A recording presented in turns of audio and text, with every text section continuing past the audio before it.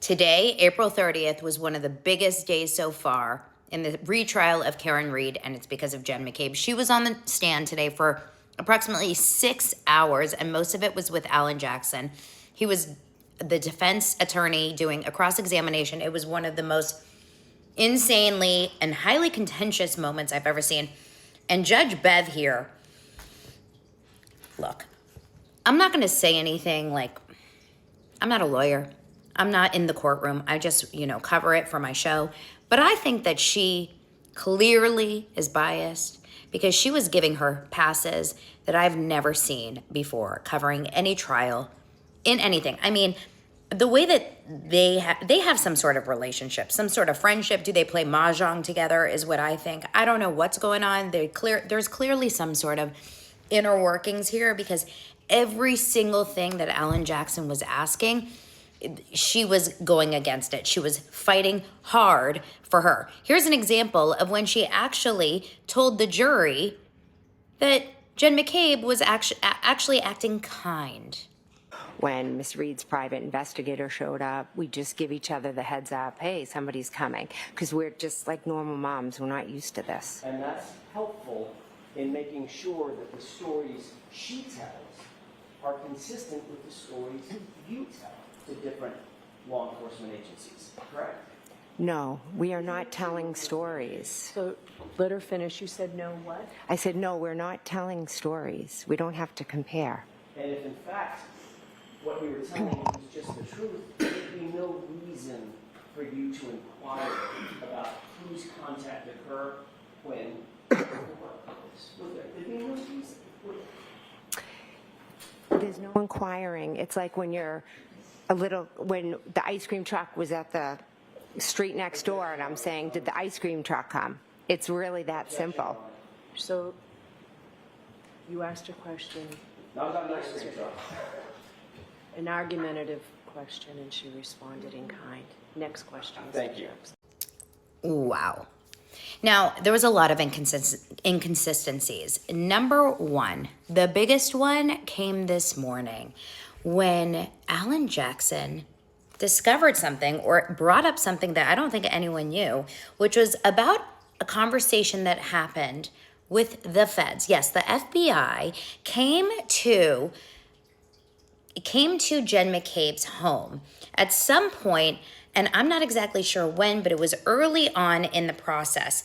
I want to say it was around April 2023, with federal agents. They were not explicitly named due to some trial restrictions is what they're saying, okay? And he said that she actually lied to them because what happened was when they came to her, they specifically said, you are not to lie in this meeting whatsoever. And she said, I swear I will not, or whatever. She promised that she would not lie. They said, have you made any phone calls since we called you and said we were coming to this meeting and now when we are sitting in this meeting? And she said, yes, I made 2 phone calls, one to my husband and one to Carrie Roberts, is another woman who is involved in this case. Well, she didn't. She actually made 5 phone calls. She left out that she also called Peggy O'Keefe, that's John O'Keefe who died, his mother. She called the DA, okay? She called her witness consultant or her witness person, whatever, who worked at the DA, and she called Brian Albert, who happens to be the man who owned the house where John O'Keefe was dropped off the night before, where he was found at 34 Fairview Lawn, and he also happens to be her brother-in-law, who also happens to be a police officer for Canton. That's something. That's suspicious. Why aren't you telling the feds that? You lying to the feds now, Jen McCabe? You saying you're a liar? Now, here's something else that I found super fishy. In earlier testimony, she was saying that she was confident.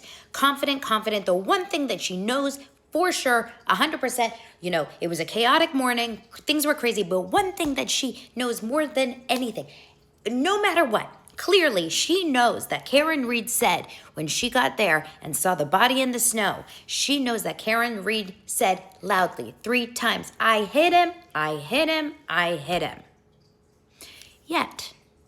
When she was in front of a grand jury in April, just a few months after that, when her memory was more fresh, she didn't say that. When they asked, what did Karen Reed say when she saw the body in the snow? She actually testified that she said, could I have hit him? Could I have killed him? Well, that's different, right? If someone says, I hit him versus could I have? And Karen Reed has never once said that she didn't say could I have. She was freaking out. How did this happen? Could I have done this? Could he have done this? Could this have happened? Could he have had a heart attack? Whatever. So that's all weird. Now, she is not sure about anything in this case, right? All of a sudden, she's like, I don't know who I talked to. I don't know when I talked to them. I don't remember this. I don't remember who. I don't remember how many. But I know she said, I hit him, I hit him, I hit him. Clear as day. Jen, no. I see right through you. And don't get us started on that dog, Chloe. Chloe, the dog, the big German Shepherd, a 70-pound German Shepherd. Usually when you have a German Shepherd, by the way, those dogs are trained, or they should be trained, to be a little on guard, right? That's why you have a big dog. This dog, I just have a doodle, and when someone comes walking near my house, it's like, ruff, ruff, ruff, ruff, ruff. This dog, you're telling me that this dog didn't bark or go crazy when there was so much police activity right outside of the house early in the morning when cops are there, that it didn't wake up the Alberts that were just upstairs, whose bedroom faces the front door. You're telling me that when she went inside, because of course she wouldn't call her sister or her brother-in-law to be like, where's John O'Keefe? He's missing. We can't find him. Oh my God, wake up. There's a body on your front yard. No, he wouldn't do that. She's creepingly 5 a.m. going into her sister's house. She doesn't want to wake them up in a scary way because she doesn't want, God forbid, she doesn't want to scare them. Well, maybe it should. There's a dead body on your yard. As if they're still sleeping. Yeah, right. Okay, so she goes in there. He says, where was the dog? She goes, I don't remember. I don't recall. That's because he wasn't there. There's no dog, no barking, no licking, no growling.